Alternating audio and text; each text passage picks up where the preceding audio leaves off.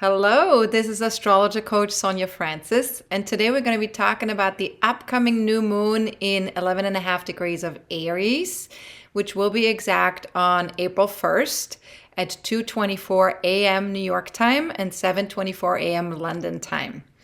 Now, of course, a new moon always marks the beginning of a new moon cycle, so anything brand new that gets started in the next 2 weeks especially, that is connected to some sort of healing process has a chance to really get off to a great start. So the new moon, of course, is always a good time to go within. It's an introverted time to plant seeds for anything we would like to begin over the next 28 days. And I will also be mentioning the best and most potent time to set our new moon intentions for this lunar cycle towards the end of this video, so stay tuned for that. And I have just two very quick announcements about some upcoming events that I'm doing for those of you who are interested. April 8th at 8:30 p.m. Eastern Time, I'll do a 75-minute webinar for EAS, which is Edmonton Astrology Society in Canada. And it's a webinar about where we can learn about emotional maturity in our own birth chart. So it should be really interesting. And then on April 16th at 11:30 a.m. Eastern Time, New York time, I'm going to be doing my monthly forecasting forum, which is a 90-plus minute webinar about the upcoming eclipse season, which starts April 20th and will end May 26th, and Pluto's station retrograde phase, which also starts in April. And the link to join both of these webinars will be below this video, so feel free to register for either one or both of them. And there will also be announcements for both of these webinars via my weekly blogs and via my social media as well, so look out for that. All right, so let's get started. So the new moon chart has 3 planets and 3 asteroids in Aries. And this lineup in Aries consists of Mercury, the Moon, the Sun, Chiron, Pallas Athena, and Aries. And Chiron is definitely the most popular of all the asteroids, the most commonly talked about, because it connects also to our healing processes. And so therefore, it will be our greatest focus for this new moon chart. We are all trying to do our best right now to show up as whole beings in the world. But of course, our conditioning in the Western world is so focused on the masculine energies, which is like doing, achieving, asserting ourselves. And so because it's so focused on this masculine approach, we're having a hard time being ourselves completely. No matter what gender we're born into or what we identify as, everybody has masculine and feminine energies within them. So the masculine energies traditionally come from a lot of baggage as well. And so, if we look at the world, it's really rare to see leaders or public figures that show up as an example of the sacred or divine masculine. And so this unbalanced or immature version of the masculine brings a need to dominate, to violate, to force, to destroy, to overpower, and to dictate to others. And again, this is not gender specific. Now, when we look at history, we can very clearly identify this unbalanced, immature masculine energy. Even when we look at the world today, there's still a tremendous amount of this energy present, even though we have already started the process of integrating the divine feminine, which is things like allowing, receiving, nurturing, kindness, and also healing the traditional masculine, through acceptance of our human limitations and compassion with those limitations. And so as we balance our approach more and more through integrating the divine feminine and uplifting the sacred masculine, we're more capable to connect on a more holistic level to ourselves and to other people. And that means physically, mentally, emotionally, and spiritually. That's sort of like the holistic approach. Now, Chiron and Aries shows us where we need to take this holistic approach in our lives and embrace ourselves fully and completely, including our insecurities, our pain, our shame. In other words, our humanity, look, where we're feeling the most human. And so we're being asked to not only embrace our own humanity, but also to acknowledge and take responsibility for the limitations the traditional masculine brings with it.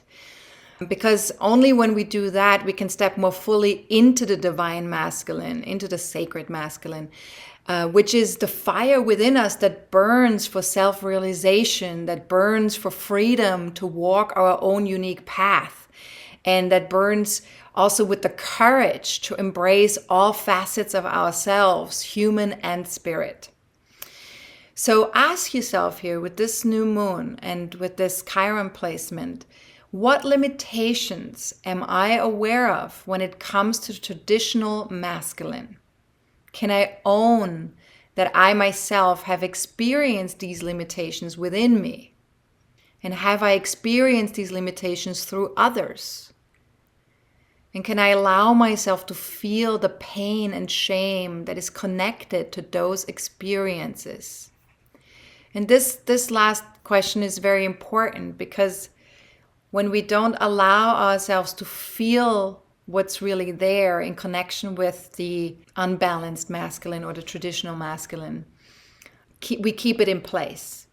We basically are not able to heal what needs healing if we're not allowing ourselves to feel the pain and the shame and to really accept it and to embrace it.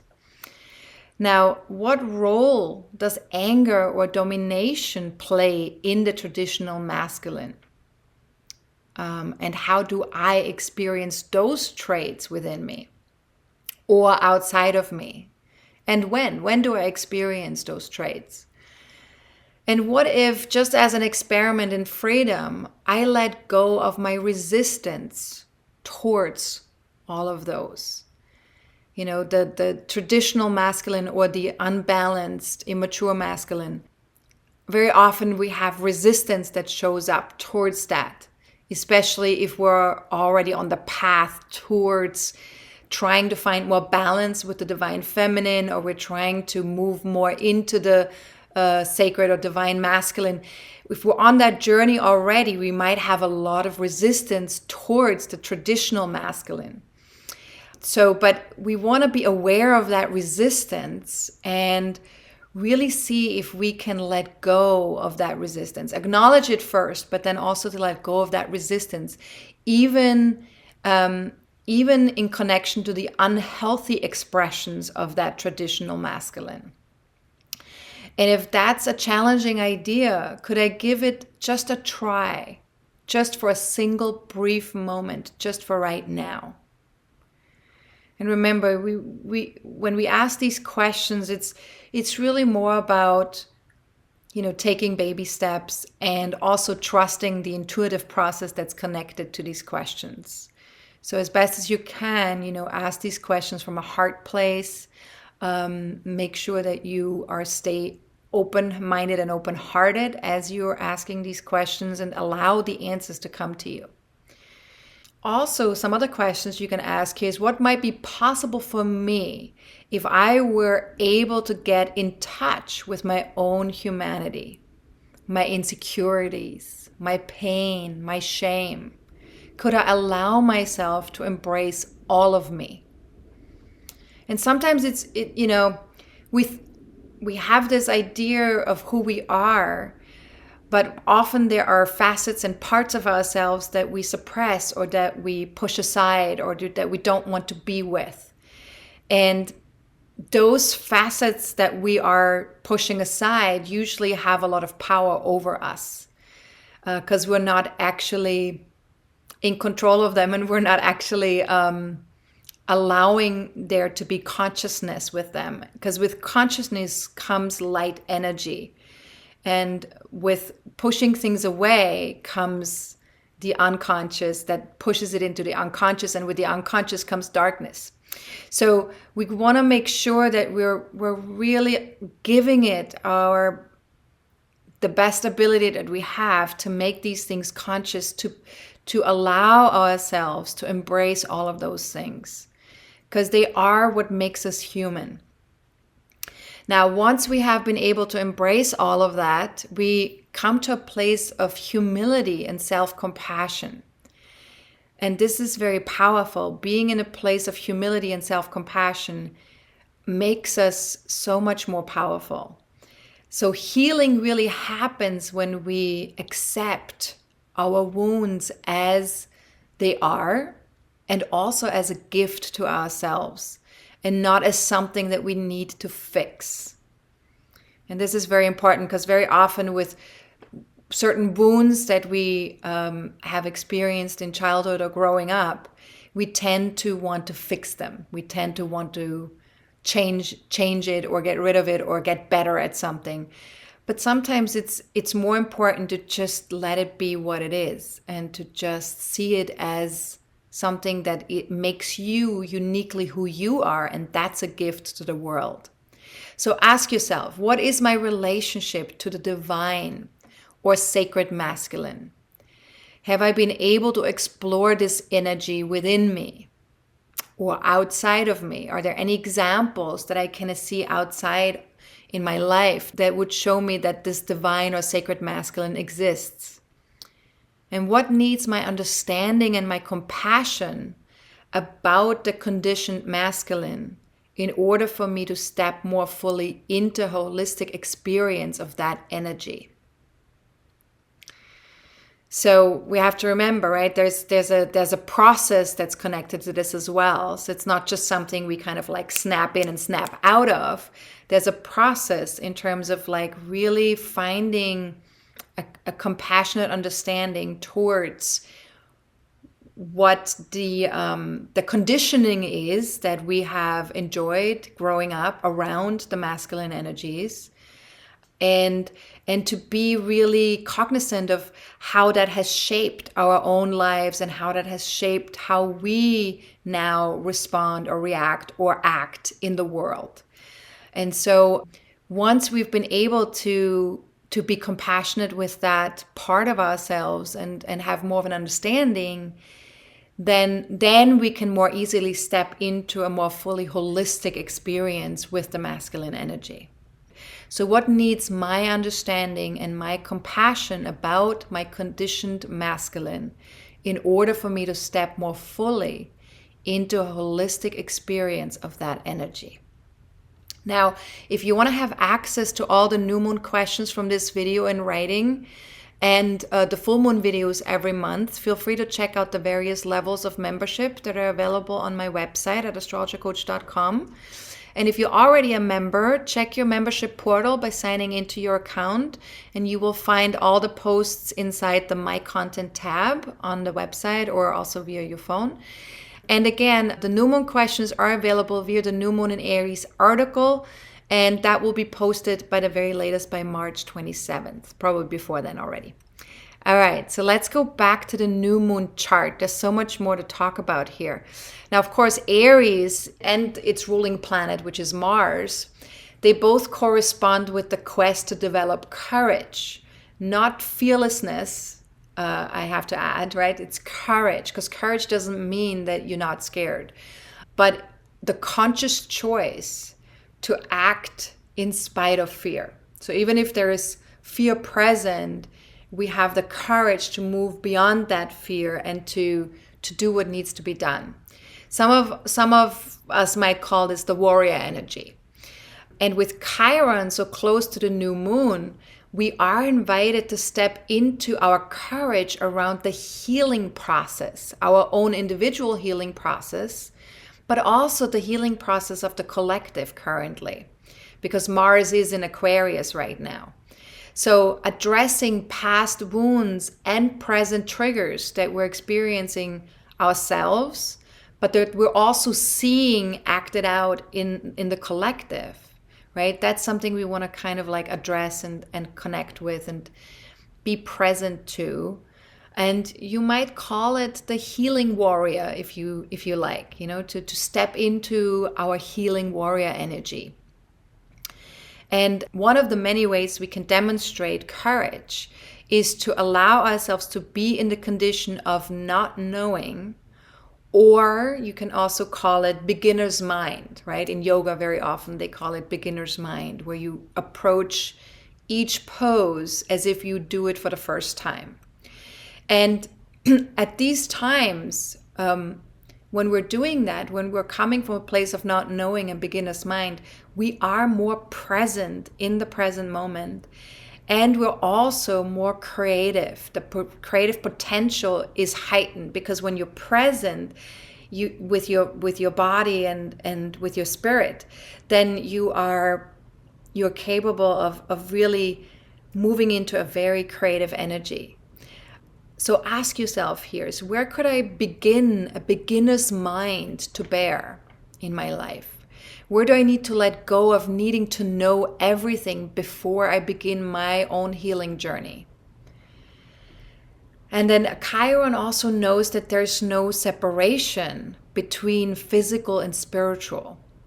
That's because Chiron is the bridge between the physical world and the spiritual world, between Saturn and Uranus, right? Chiron's ecliptic around the sun moves between Saturn and Uranus. And Saturn is the last planet in the solar system that is connected to the physical world. And Uranus is the first planet in the solar system connected to the collective or the spiritual, more unconscious parts of ourselves. So Chiron knows that there's no separation between the two, that Chiron is the bridge between the physical and the spiritual, between humanity and the rest of creation. And it teaches us that when we help heal someone else, we also help heal ourselves. That healing is something that happens in both directions. It's a two-way street, so to speak. So also, another thing that we want to talk about in this new moon chart with this lineup in Aries is Mercury's involvement in the new moon, because it's conjunct or aligned with the new moon and Chiron. And so this presents an opportunity for us to share our individual approach towards a gentler leadership and inspire others to engage in a healing process around the masculine energy, and to do some healing around any kind of wounds, whether that's connected to the physical, to sexual, to spiritual wounding, anything that we've experienced growing up. We're able to really talk about that and share that with other people, allowing ourselves to be more human while we are on that path towards wholeness and a larger, more purposeful life, more stepping more into our own unique selves. And so ask yourself here is, in what ways could I be more conscious of my own personal healing journey? And what would I like to share about that? And could I give myself permission to be fully human and show up fully human with other people? Could I give myself permission to be insecure, to be sensitive, to be full of desire? And how can I show up with other people in that way? And so we have to remember there's no shame in being different or in being insecure or in being sensitive. And we also want to remember that, who says we can't be assertive and kind at the same time? Who says that being assertive means that we have to, elbow our way through life? Maybe being assertive, we can still be kind and assertive at the same time, not just with the people we love, but publicly as well. And what if the term sensitive leader meant strong leader? And feel free to journal on that, right? Like, what comes up when you hear sensitive leader versus strong leader, right? And feel free to really allow yourself to write down anything that comes up as you're contemplating that. And what if only an unusual hero could bear unusual gifts? Especially in America, I think there is this tendency culturally to want to be a hero, a superhero, or, a guy or a girl that's like can take on the rest of the world all by themselves, right? There's this hero syndrome. We see it very often in pop culture and in movies and stuff. So what if only an unusual hero could bear unusual gifts? And we also want to remember that our assertiveness and leadership abilities are an important part of who we are on an individual level. And this can look different for each one of us. It doesn't have to look exactly the same. I mean, we have this traditional idea of what assertiveness and leadership should look like. But what if you had your own version of that, If we can just develop or make friends with our own version of assertiveness and leadership. And if we have been suppressing some of that assertiveness and leadership quality within ourselves, whether that's because we're scared or because our style doesn't match the traditional style that we see out there in the world, whatever it might be, if we've been suppressing our assertiveness and leadership abilities, or deny even that we have them, this would be a really great time to stop doing that. To really look at ourselves and see, like, how can I connect to that within me? So ask yourself here, how could a shift in perspective around leadership serve me at this time? And what gifts might a sensitive leader or an unusual hero be able to bring to all of us at this time? What might be possible if we stepped into these archetypes? Now, since Chiron is in Aries until April 2027, and Mars rules Aries, of course, Mars's transits through the zodiac until April 2027 are a big part of that healing journey as well. So with Mars currently in Aquarius, aligning with Saturn and Venus, this journey involves, the collective as well, like our social interactions with other people, our collaborations with other people. And especially, we need to sort of see, how do we develop a healthy sense of identity, independence, and willpower within our own communities or with like-minded people. And it also involves that we need to take responsibility for any and all limitations that show up around the traditional masculine in our interactions with other people. Because, Mars is conjunct Saturn. So Saturn says, take responsibility, slow down, take a look. Where are the limitations? And as we travel this path, as we're taking more responsibility for our limitations around the traditional masculine, we bring progressively more and more respect to ourselves and to other people. And so we're really being urged here with this Mars placement in Aquarius, conjunct Saturn and Venus, to become wise and peaceful warriors who stand watch over the well-being of all concerned. And to really sort of have the ability to see the wider vision of what we want to be doing as a collective. Now, questions you can ask yourself here is, what is the next step towards becoming an increasingly healthy, open-minded, mature, and responsible human? One who is not afraid to pursue unique goals and desires. One who speaks up for what needs healing in our society around the traditional masculine. Yeah, and I think that last question, of course, is a very powerful one. And so, feel free, again, to journal on these questions, meditate with them, or just kind of pose them and see what comes up for you in the moment intuitively. Now, one interesting thing that we do want to note with this new moon chart is that the only aspects besides conjunctions are aspects involving the moon nodes in this chart. And the moon nodes encode a tremendous amount of information about the current evolutionary process of humanity. So it's interesting that the planets are all kind of connected to the moon nodes.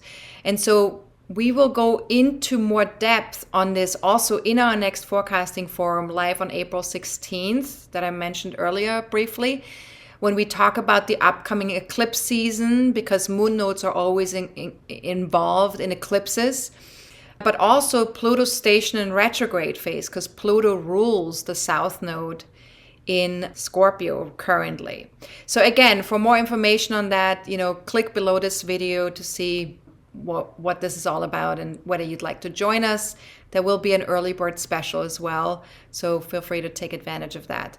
Now, the Mars-Saturn-Venus alignment in Aquarius squares the moon nodes in Taurus-Scorpio. So we have that.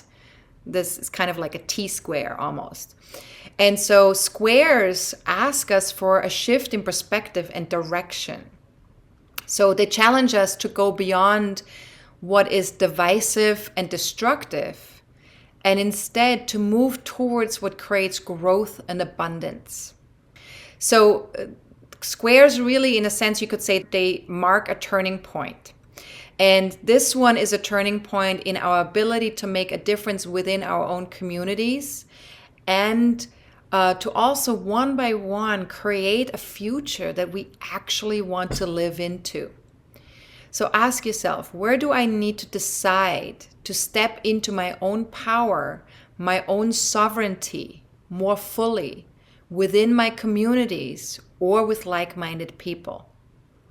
And what might it make possible for me and my communities if I got really clear about what future I would like to live into versus a future that I'm afraid of?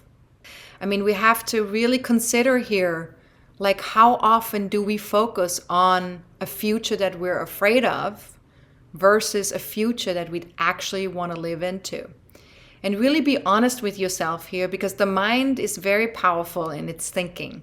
Every thought, has power. So really check to see, be conscious of your thinking, be conscious of the visions that you put out there into the world. Because the more people envision a future that they're afraid of, the more we're creating a future that we're afraid of. So we really want to come together as people, as communities, but also from an individual place, we want to make sure that we check ourselves, and envision a future we actually want to live into. So ask yourself, what role do thoughtful actions and collaborative spirit play in all of this? And this is important at this time, thoughtful actions and collaborative spirit. And how about taking responsibility for how I show up in my various communities? Am I able to be myself? Do I dare to be authentic? Do I speak my truth responsibly? Do I allow others to be themselves, to be human, to speak their truth?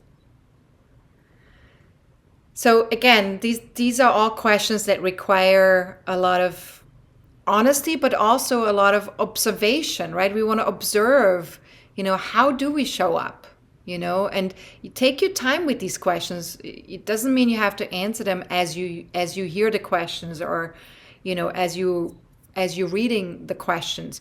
You can write the questions down and then just work with these questions over the whole period of that lunar cycle, over the next 28 days after the new moon becomes exact.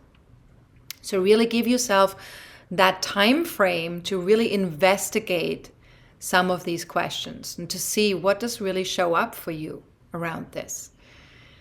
And then, of course, Pluto in Capricorn trines the North Node in Taurus with this new moon chart as well. And then this trine creates a mutual support system when it comes to manifesting something real that fits with our values and long-term goals. So ask yourself, what fears and attachments could I now release that no longer serve my evolution or the planet's evolution? Am I willing to let go just for now, and just as best as I can. Because the more we can let go of our fears and attachments, the more powerfully we can manifest things that are actually enlivening us, that give us purpose, that give us life force. But we need to let go of our fears and attachments. So how might a healthy sense of self-worth, a practice of self-responsibility, and a focus on sustainability help me feel more empowered out there in the world, more fully alive, more passionate? How might slowing down on a physical level and taking my time, how might that manifest something out there in the world that can stand the test of time? Because we have to think sustainability right now. We've been living life from a place of, it doesn't matter what happens generations from now, as long as I'm okay right now.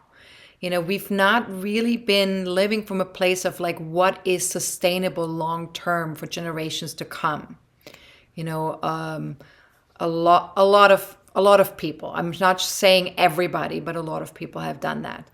So we really need to slow down a little bit and get really clear about, what is at stake if we're not slowing down, if we're not taking our time, and if we're not trying to manifest something that stands the test of time. What is at stake when we're not doing that? And what might be possible if we do that? So Pluto rules the current South Node in Scorpio, like I mentioned already, which signifies an important part of our current collective and individual soul's journey. And the moon nodes, of course, also get activated during eclipses, like I said already. So Pluto also changes directions at the end of April, which makes this transformative planet of empowerment and passion much more exalted from April 15th until May 14th. And this also coincides with eclipse season, right? These dates. So again, we will cover all of this during our monthly forecasting forum on April 16th. For those of you who are not yet star members of my online community, you can take advantage of the early bird special that will be available until April 13th at midnight. And again, the link is below this video. So feel free to join us. I think it will be an interesting one to talk about. Now, Jupiter and Neptune in Pisces trine the South Node in Scorpio with this new moon chart. And this makes it easier for us to release old traumas from the past and find new perspectives that help us be more heart-centered and compassionate with ourselves and with other people. So ask yourself, how might a compassionate heart help me surrender my fears in connection to past trauma or disempowerment? What has been in my awareness lately when it comes to such fears? We all have our fears, our concerns, our worries about stuff, right? And even if it's not about what goes on out there in the world, there might be things in your own life that you might be concerned or worried about. And fear is, I'm not saying that fear is bad. Fear is part of life. However, we want to make sure that it's not an unconscious part of life. We want to make it conscious.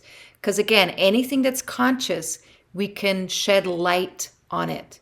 Anything that's unconscious stays in the dark. So it is really important that we are actively engaging, consciously engaging with our fears.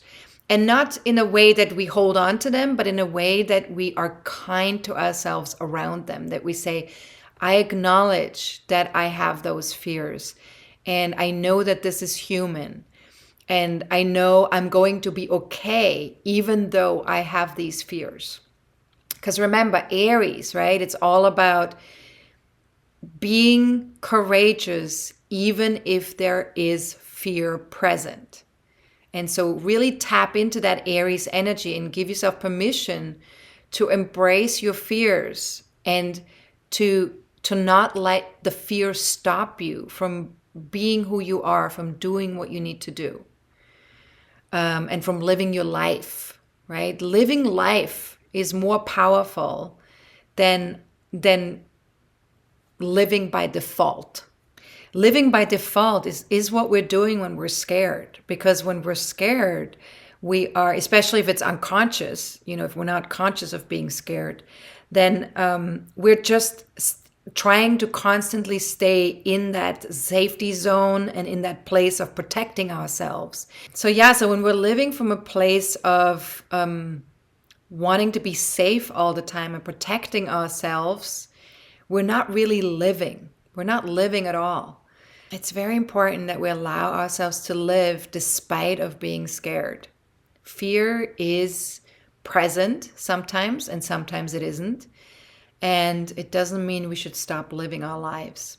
And some other questions you can ask here. How does a dose of trust in the unfolding of life and my connection to my divine energy support the process of surrendering my fears? And so when we talk about surrendering fears, we're not saying get rid of your fears. You're acknowledging them, and you're allowing yourself to go beyond the fears. You're surrendering them to something bigger, something higher, to the trust that you have in life, the trust that you have in your higher self, in your own divine energy. That's the surrendering that we're talking about. So these are some very powerful, beautiful questions here. So definitely feel free to play around with those over the next 28 days. And then, to sum it all up, the highest expression of Aries, or the Aries energy, comes when we lead others by example and inspiration. They follow because they see our courage, our humanness, our enthusiasm for life. And they want to be a part of that, or follow suit. They want to become that. So ask yourself, what might open up if once a day for the next 28 days, I tuned into myself and simply listened to the higher vibrations of my being? And what if I dared to lead from a humble, self-compassionate place exactly as I am? And what if I dared to show up responsibly and with all my sensitivities in my various groups and affiliations? And what if I were the one who inspired others, taught compassion in my communities? And if that were true, what single simple action step would I take right now in support of my own or humanity's healing process? So what if I were the one? And not all of you might feel that you are, but if you were the one to teach compassion in your communities, to inspire others, what single action step would you take right now in support of your own and humanity's healing process?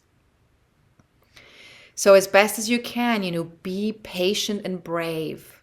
Listen to your inner voice and bring your unique, passionate human self to the world. Remember that each of us makes this journey in our own way, in our own time. So definitely focus on yourself with that healing journey.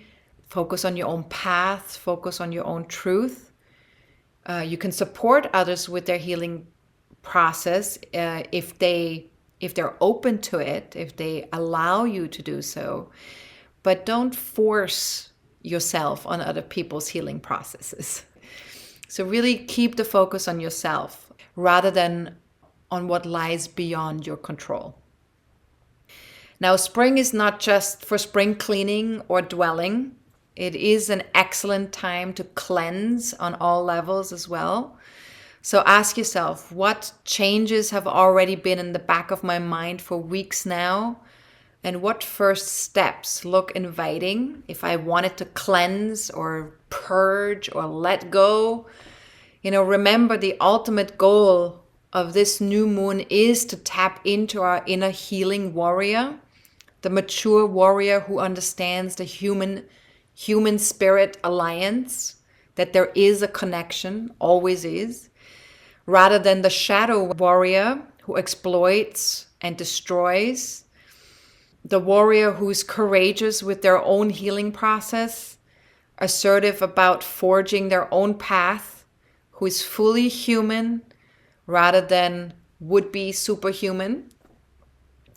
So yeah, remember that these are the goals of this new moon. And if you do have an ascendant or any personal planets in 9 to 14 degrees of either Aries, Libra, Capricorn, or Cancer, then this new moon will impact you more fully than other folks out there. So take a look at your natal chart, because even if you don't have planets or points in those degrees and signs, you definitely want to take a look to see where does 11.5 degrees of Aries land in my own birth chart, because that house placement, that area of life where the new moon lands, will indicate which area of your life is most ready for a new beginning, in particular a new healing journey for the next 28 days. And you can also check out my 30-minute class on how to read your birth chart. You can get free access via my homepage at astrologercoach.com. And if you go on the homepage, if you scroll down to free class, there's a window that says free class, and you click on that, you can get free access to that class. And that class can be helpful to see, how do I look at my own birth chart in relationship to, where that new moon placement lands in my chart, if you don't know how to do that. Now, let's talk about new moon intentions. We're finally at that point. The new moon is also, of course, the best time to set some intentions for this month's moon cycle. And this process is especially powerful with the new moon in Aries. And as always, this is best done soon after the new moon becomes exact. Definitely not during a moon void, of course. Most of you know that already. So this month we have 2 opportune time frames for setting intentions. The first time frame lasts 19 and a half hours, good long time, between 2:24 a.m. on April 1st and 9:51 a.m. on April 2nd. And that's New York time, East Coast time in the US. And the second time frame lasts 13 and a half hours, another good chunk of time, between 12:50 p.m. on April 2nd and 2:24 a.m. on April 3rd. Again, all New York time, East Coast time in the US or Northern America. Now, we have to remember that the first 48 hours after the new moon becomes exact are the most potent and powerful to set new moon intentions. And that's why these 2 time frames that I just mentioned are the most powerful ones, because they're within the 48-hour period and they're not during the moon void, of course, phases. So we're taking out the moon void, of course, and within those first 48 hours, that's the best time to set intentions. Now, if you live in a different time zone other than US East Coast time, I recommend that you can join my Facebook fan page or follow me on Twitter, because I will be posting reminders on April 1st throughout the day and April 2nd in the morning, and then again in the afternoon and evening, to just let you know when it's the most potent time to set your intentions. And when you read those posts, just sit down and set your intentions right then and there. If you need more information about setting intentions, go to my website, to my blog page where you see astrology articles, or go for the tag New Moon Intentions on the right-hand side of the blog page if you're on a computer. I will also have a link below this video, so you can click there as well to find this article about setting new moon intentions. And if you'd like to sign up for my free monthly newsletter, you can do that via my homepage at astrologercoach.com, or you can also send us an email to info@astrologercoach.com. Just write newsletter in the subject line. I will send out emails once or twice a month with special offers, videos, announcements, etc., etc. So that's available if you're interested. And if you have any general questions about astrology or general questions about the new moon, you can email me at info@astrologercoach.com. If you have any personal questions that require of me to pull up your birth chart, you can book a reading with either me or Leah, who is a former student of mine who has become a certified soul-based astrologer through my online courses.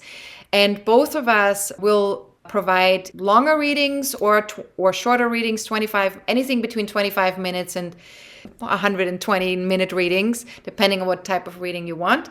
Both of us offer readings on my website at astrologercoach.com, so feel free to check that out.